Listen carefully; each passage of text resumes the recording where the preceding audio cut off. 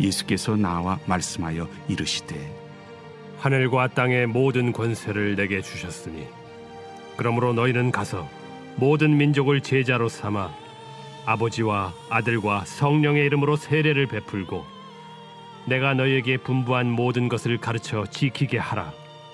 볼지어다 내가 세상 끝날까지 너희와 항상 함께 있으리라. 송구영신 예배에 오신 여러분 한 사람 한 사람을 주님의 이름으로 사랑하고 축복합니다. 여러 어려움 중에 또 함께하는 또 하나로 중앙교회 우리 가족들이 있어서 한 해 동안 감사했습니다.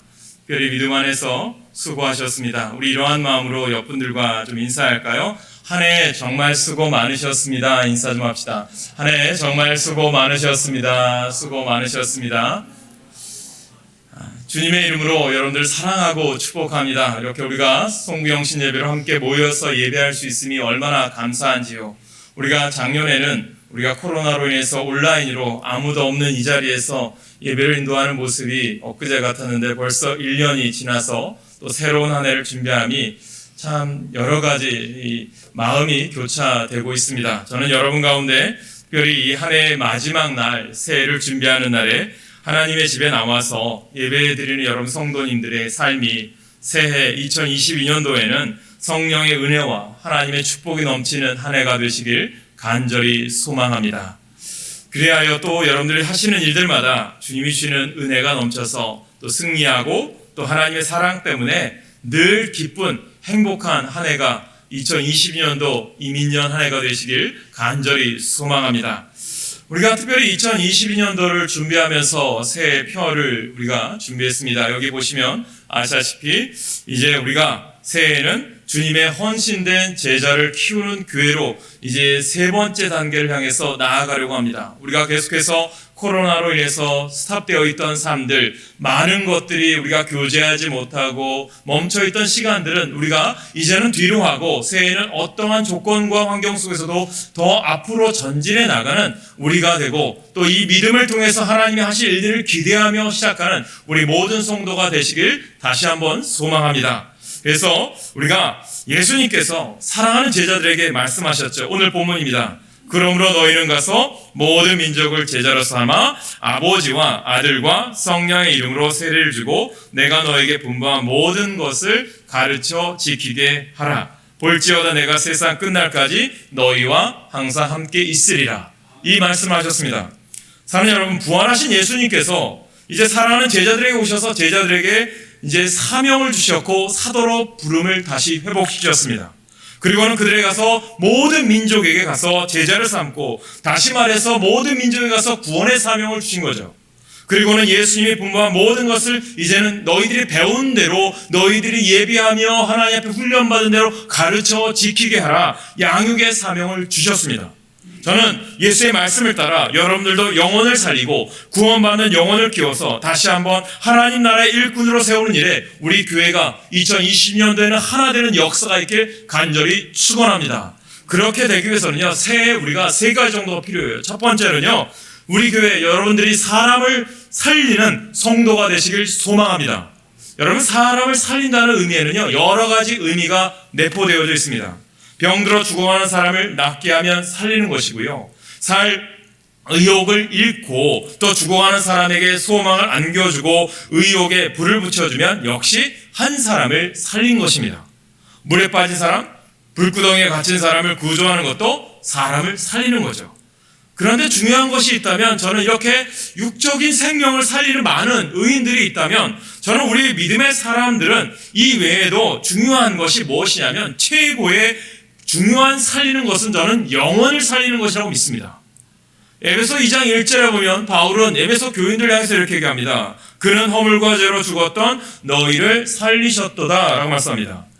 죄로 인해 영적으로 죽은 우리들을 예수님께서 십자가에서 피 흘리심으로 죄값을 지불하셨고 부활하심으로 의롭게 하셨다는 거예요.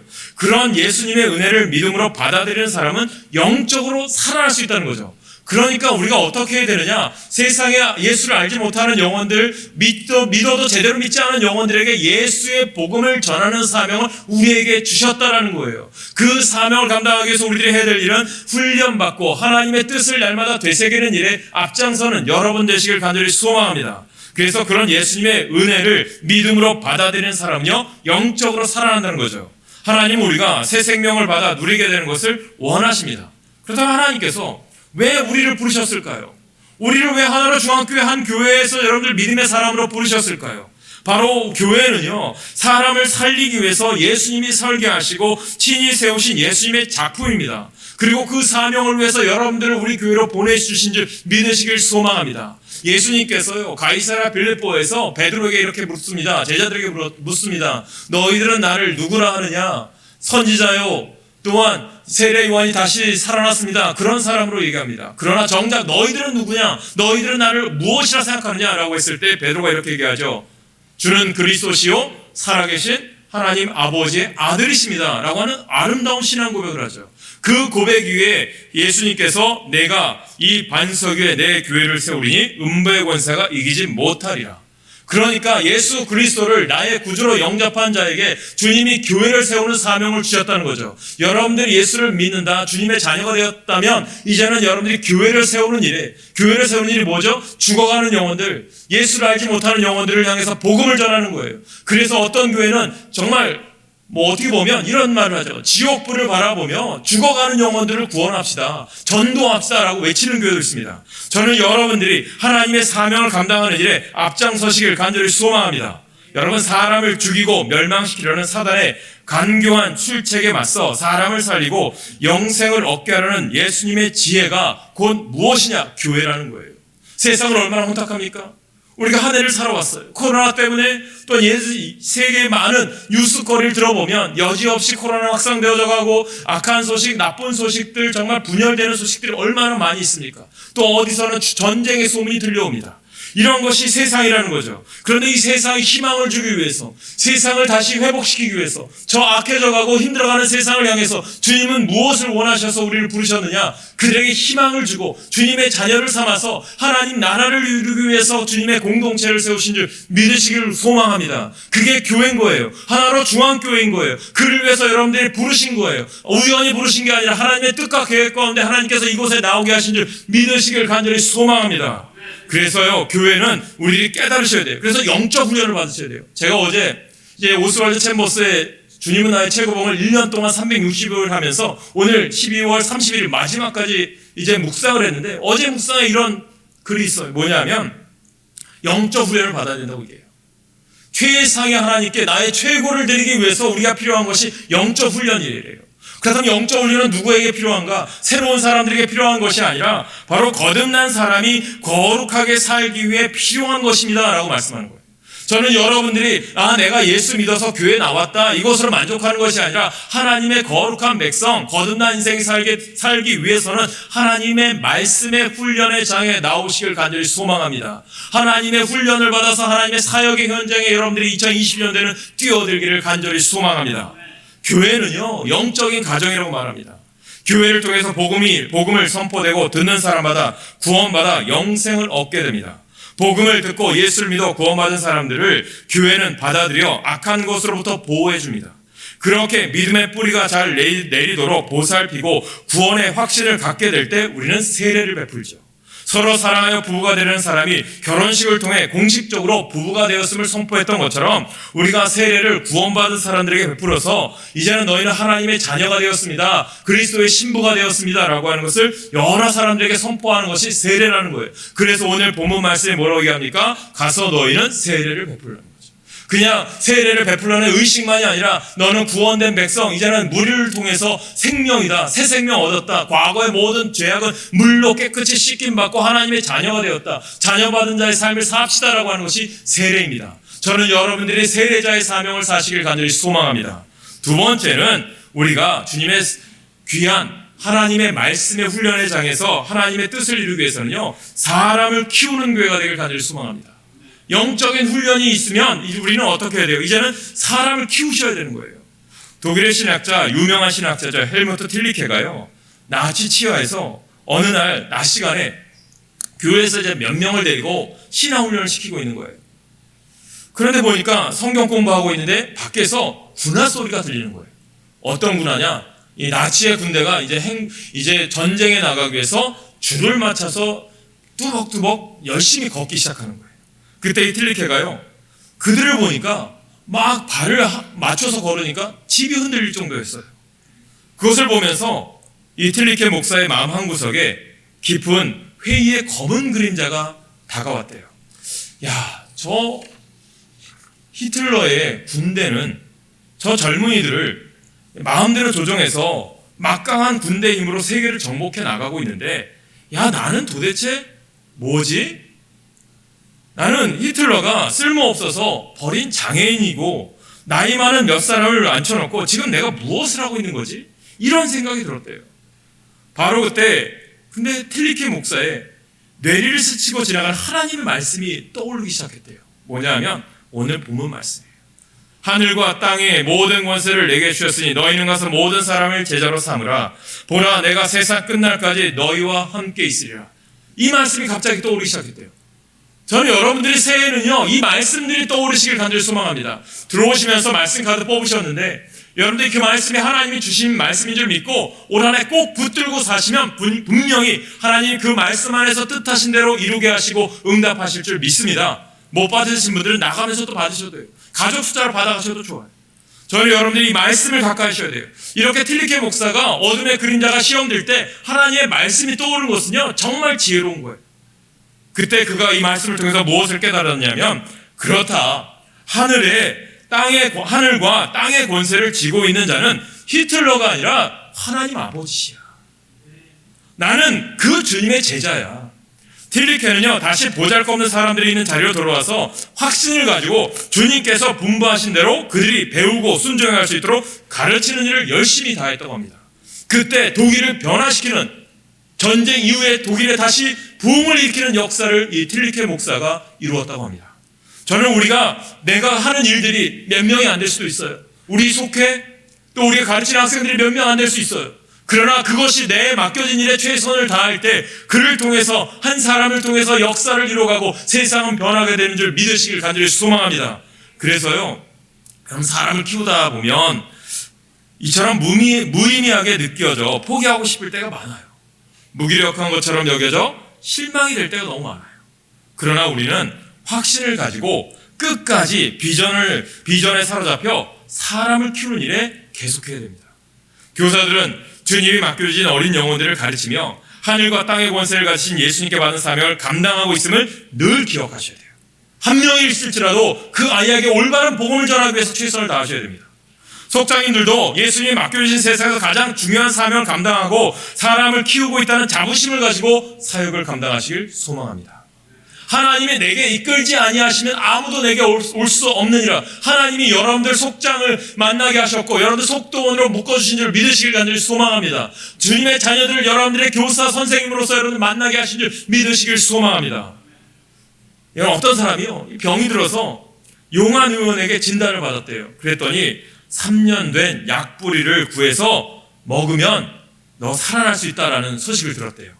이 사람이 이 3년 된 약뿌리를 찾으려고 5년 동안 방방곡곡을 돌아다니다가요, 결국은 구하지 못해서 죽게 되었다고 합니다. 이 말을 들은 동네 사람들은요, 혀를 차며 이렇게 얘기했다고 해요. 약재를 밭에 심었으면 3년 만에 그 뿌리를 캐서 먹고 살았을 것을. 참 미련하고 불쌍한 사람이다 하며 탄식했다고 합니다. 여러분, 우리가 깨달으셔야 돼요. 사람들은 스스로 키울 생각하지 않고요, 저절로 성장한 사람이 오기를 기다리고 있어요. 여러분, 우리 교회도 마찬가지입니다. 여러분, 누가 대신해 주겠지? 아니에요. 여러분들이 하셔야 되는 거예요. 우리가 하셔야 되는 거예요. 자신은 아무 노력하지 않고 누군가 크게 성장한 사람이 와서 제 발로 찾아와서 나를 대신하여 중요한 것을 다 해주기를 바라고 있지는 않습니까? 또는 영적 성장을 위해서 아무 대가도 지불하지 않고 가만히 있으면서 갑자기 뻥튀기 하듯이 한순간에 영적 거인으로 변화되어 있기를 기대하고 있지는 않습니까? 오늘 회개하셔야 돼요. 그러나요, 예수님의 방법은 우리가 제자를 삼아 주님의 말씀대로 양육하고 훈련하여 성숙시키는 거예요. 또한 우리 자신이 성장하기 위해서요, 값을 지불하며 훈련을 받아 차근차근 믿음이 성장해가는 것을 주님은 원하십니다. 영적 성장에는요, 다른 방법이 절대 없어요. 만약 다른 방법으로 영적 성숙이 가능했다면 주님께서도 쉬운 방법을 택하셨겠죠. 예수님도요, 제자를 부르시고 어떻게 하셨어요? 3년 동안 데리고 다니면서 말씀을 가르치시고 삶과 사역의 본을 보이며 하나하나 훈련시키셨어요. 그 과정에서 제자들은 실수도 많이 했고 다투기도 했고 불신을 드러낼 때도 있었어요. 그러나 조금씩 변화되어 갔고 결국 성장하여 온 세상을 변화시키는 주역이 되어 예수님의 기대를 충족시킨 주님의 제자가 된 줄 믿으시고 그들을 통해서 하나님의 복음이 세계에 퍼져서 이 땅, 이 한국 땅에도 들어온 줄 믿으시길 소망합니다. 오늘 우리도요, 힘이 많이 들지만 사람을 키우는 수고를 감내해야만 합니다. 그 과정을 포기하고 싶을 유혹을 극복하고 끝까지 말씀과 사역을 가르치고 지키는지 확인해야 합니다. 속장들은 속회에서 제자를 삼아 가르치셔야 됩니다. 성경 공부만에 들어와서 말씀을 배우고 성장하셔야 됩니다. 여러분, 성경 공부하니까 지식이라고 생각하죠? 아닙니다. 말씀 공부하는 거는요, 뭐냐면 삶의 점검이에요. 주님 안에서 믿음으로 올바로 삶을 점검해서 하나님 뜻대로 살고 있는지 그것을 영적으로 해석하는 게 성경 공부인 거예요. 웨슬리가요, 감리교회 창시자였던 웨슬리가요, 제자들을 얼마나 철저하게 훈련시킨지 아세요? 하나하나 점검하게 했어요. 그래서 그들을 리더로 삼아서 그들을 통해서 속회가 세워지고 속회를 통해서 부흥의 역사가 영국 사회를 변화시킨 줄 믿으시길 소망합니다. 가정에서도 자녀들을 제자 삼아 가르쳐야 합니다. 교회 학교에서도 다음 세대를 제자 삼아 가르쳐야 합니다. 그리고 무엇보다도 우리 모두 먼저 제자가 되어 영적 성장을 위해 끈기 있게 훈련 받으셔야 됩니다. 여러분 모두 믿음이 크게 성장하고 다른 사람의 성장을 도와 하나님 나라가 우리 눈앞에 견고하게 서는 것을 보게 되기를 간절히 축원합니다. 그래서 여러분들에게 말씀드리죠. 내년도에는 여러분들 주일 오후에 계속해서 성경 공부와 훈련 시간들이 있을 거예요. 여러분들에게 오픈되어 있어요. 들어오세요. 훈련 받으셔야 됩니다. 나는 이 정도면 됐다. 아닙니다. 끝까지 여러분들이 말씀, 주님 부르실 그날까지 말씀의 영적 훈련을 받으실 때 하나님 여러분 가운데 놀라운 역사를 이루실 줄로 믿습니다. 새해는요, 세 번째로 사람을 세우시길 소망합니다. 영적 훈련을 받아 성장했으면 일꾼으로 세워져야 합니다. 우리 교회는 성도들을 키워서 자신의 은사를 발견하게 하고 믿음으로 봉사하면서 보람을 느끼고 기쁨을 누리게 하는 교회를 꿈꾸고 있어요. 신앙생활을 하면서 참으로 행복하게 되려면 일꾼으로 세워져 가치 있는 일에 헌신하시길 소망합니다. 찬양대 헌신의 자리로 돌아오십시오. 교사 헌신의 자리로 돌아오십시오. 하나님께서 여러분들을 부르셨어요. 신앙생활하면서 참으로 행복하게 되려면 일꾼으로 세워져 가치 있는 일에 헌신할 때 하나님의 은혜가 넘치게 될 줄 믿습니다. 많은 사람들이 교회 생활하면서 아무런 책임도 맡지 않고 편안하게 예배만 드리려고 하고 있어요. 이것은 위험하고 잘못된 생각입니다. 어떻게 보면 코로나가 더 그렇게 만들어가는지 모르겠어요. 은혜만 받고 아무런 사역하지 않으면요, 몸은 편할지 몰라도요, 진정한 기쁨은 없어요. 자신에게 꼭 맞는 잘 어울리는 옷을 입으면 기분이 좋듯이 자신의 은사와 사명에 맞는 직분을 맡아 열심히 일하면 더없이 행복해질 줄 믿으시길 소망합니다. 실제로 이 교회 생활하면서 사역을 하다가 시험에 드는 사람들이 많아요. 그리고 자원하는 사람에게 막상 사역을 맡겨보면 끝까지 감당하지 못하고 얼마인가 포기하는 경우가 많아요. 이유는요, 사단이 방해하기 때문입니다. 영적 전쟁이 반드시 있어요. 저는 이것을 많이 깨달아요. 어떤 분들이 내가 하나님의 전에서 더 봉사하고 싶고 헌신하고 싶은데 어려움이 와요. 어떤 분은 미국에서 이민 목회할 때예요. 정말 차량 봉사하고 안내도 하고 열심히 했던 분이에요. 그런데 그분이 갑자기 하나님께 부름받았어요. 안타깝죠. 그 아드님도 지금 미국에서 목회하고 있는 목사인데 왜 그럴까? 그런데 하나님의 뜻은 우리의 생각으로는 판단할 수 없더라고요. 그런 응답을 주시더라고요. 그런 분은, 열심히 봉사한 분은 지금 불러도 하나님이 천국이 예비되어 있지만 그렇지 않은 사람들을 위해서 주님께서 우리를 아직까지 기회를 주신 날들이구나. 이 기회의 날에 주님께서 헛되이 보내지 말고 나에게 봉사할 수 있는 시간에 봉사하라고 기회 주신 날을 우리는 선용하셔야 합니다. 여러분, 마귀 사탄이 우리가 일꾼이 되어 하나님 나라를 위하여 일하려고 하면요, 공격하고 흔들어요. 그렇다고 흔든다고 포기하고 주저앉으면 안 됩니다. 저는 여기서 신앙의 성숙을 볼 수 있는 거예요. 요즘 새벽마다 욥의 말씀을 묵상하잖아요. 욥이 하나님께 인정받은 정말 동방의 의인이요 정직하고 하나님께 인정받는 믿음의 사람인데 사탄이 어떻게 합니까? 하나님께 간청해서 이 까닭 없이 욥이 하나님 섬기는 줄 압니까? 그러니까 재산 다 잃어버리게 하고 자녀들 다 죽게 하고 아내마저 저주하게 떠나고요. 친구들이라고 찾아와서 저주합니다. 그때 욥이 어떻게 합니까? 절망하고 좌절하고 낙심한 것이 아니라 끝까지 하나님의 말씀, 전에는 내가 눈으로만 알았으나 이제는 내 삶으로 하나님을 경험하나이다. 하나님을 더 바라보게 되었습니다라고 고백하는 욥의 성숙을 보십시오. 그때 하나님께서 그를 말년에 갑절의 복을 주신 줄 믿으시길 소망합니다. 주님은 원하십니다. 갑절의 복을 바라보기 전에 하나님의 일에 원망과 불평과 그것이 아니라 오늘도 나에게 주어진 작은 일에 헌신하고 감사함으로 감당할 때 하나님의 복이 여러분에게 임하게 될 줄 믿으시길 간절히 소망합니다. 그래서 여러분들이 중요한 것은요, 그러면 마귀 사탄의 시험을 이기시려면 어떻게 해야 되느냐? 끊임없이 말씀 묵상하셔야 되고요, 끊임없이 하나님께 담대하게 기도로 나아가셔야 됩니다.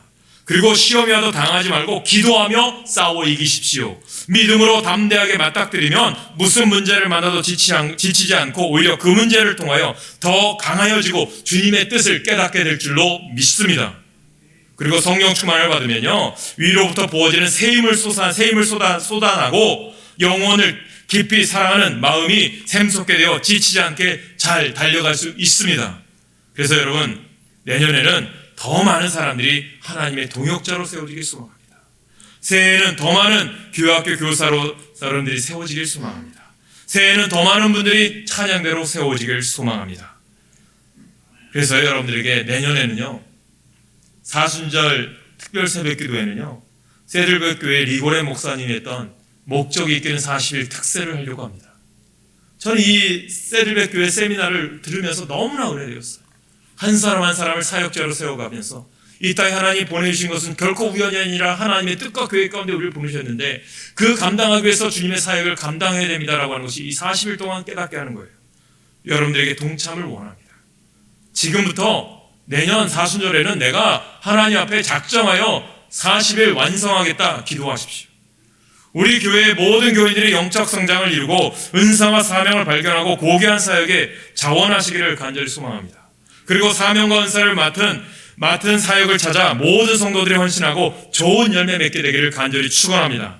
사랑하는 여러분, 예수님은 아직 미성숙한 겁쟁이들, 의심꾸러기들, 그리고 실망하여 일생으로 돌아가던 11제자를 찾아서요, 그들을 사도로 세우시고 세계 복음화의 어마어마한 과업을 맡기시고 하나님 나라로 올라가시고 가셨고, 그 이후에는 어떻게 합니까?